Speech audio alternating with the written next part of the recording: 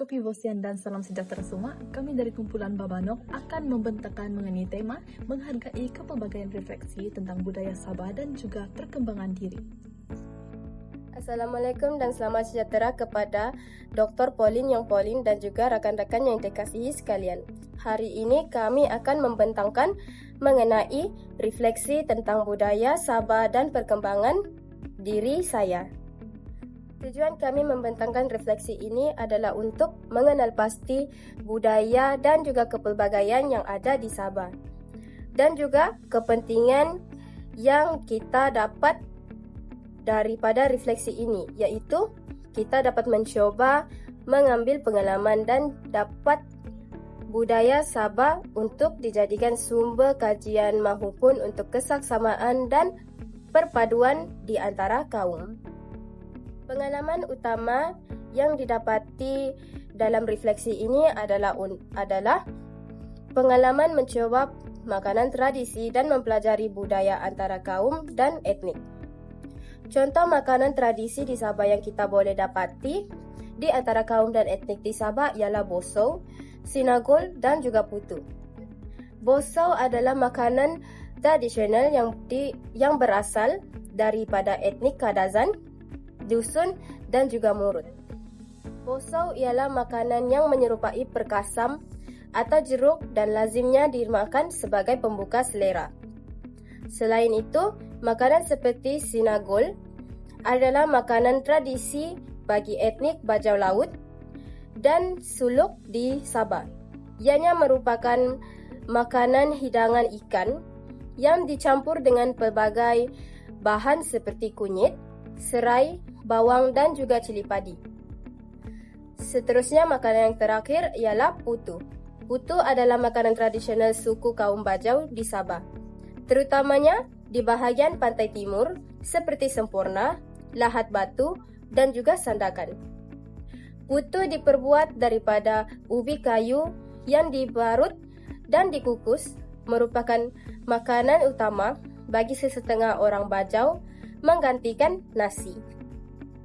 Bagi apa yang kami telah pelajari mengenai tema ini adalah makanan tradisional, bahasa yang digunakan di Sabah dan juga acara-acara tradisi. Bagi makanan tradisional ada bosau, sinagol, putu, hinawa dan juga pembangan. Dan bagi bahasa yang digunakan adalah Dusun, Bisaya, Bajau, Kadazan, Kadayan dan juga Rungus. Dan selain daripada itu, ada juga terdapat acara tradisi yang biasanya dianjurkan pada pesta keamatan pula, seperti Migawat Dukuk. Migawat Dukuk ni adalah tarik tali dan juga monopuk adalah menyumpit.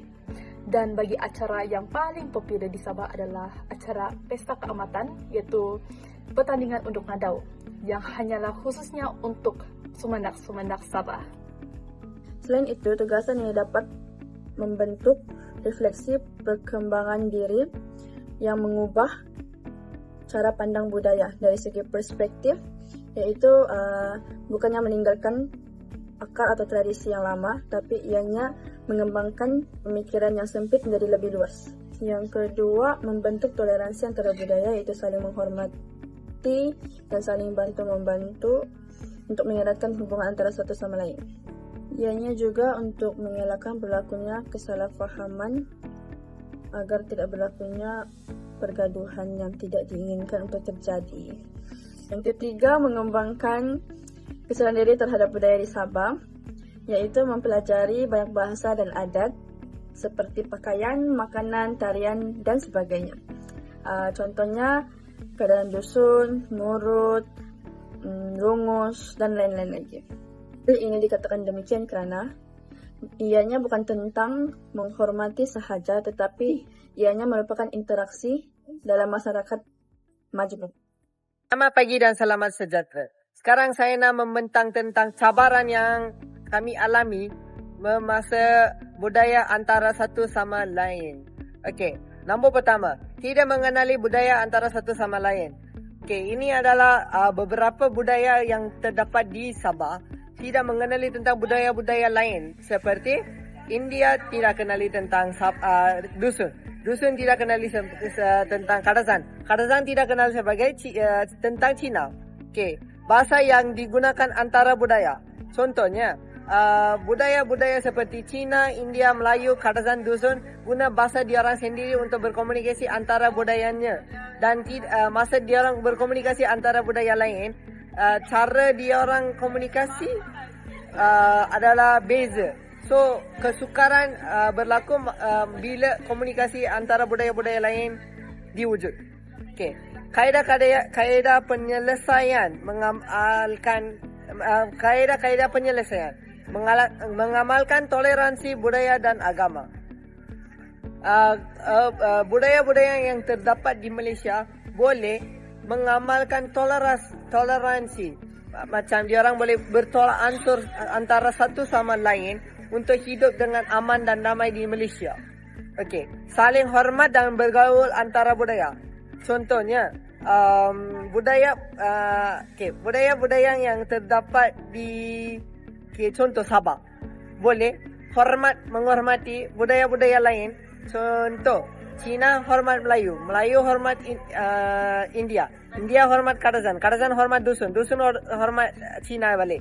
So itu adalah hormat, terdapat hormat dan budaya-budaya boleh hidup dengan aman dan damai di Malaysia. Terima kasih. Seterusnya ialah komitmen masa hadapan. Yang pertama ialah mengenali budaya Sabah yang pelbagai kaum untuk mengelakkan daripada kesalahpahaman antara kaum. Yang kedua ialah menghormati tradisi antara kaum. Yang ketiga ialah bertoleransi antara budaya Sabah. Dan yang keempat ialah membentuk alat perpaduan dan kesedaran budaya di Sabah.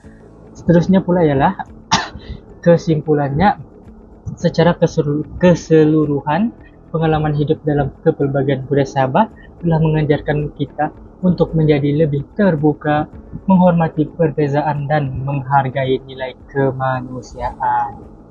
Itu saja daripada kumpulan kami. Terima kasih sudah melihat video kami.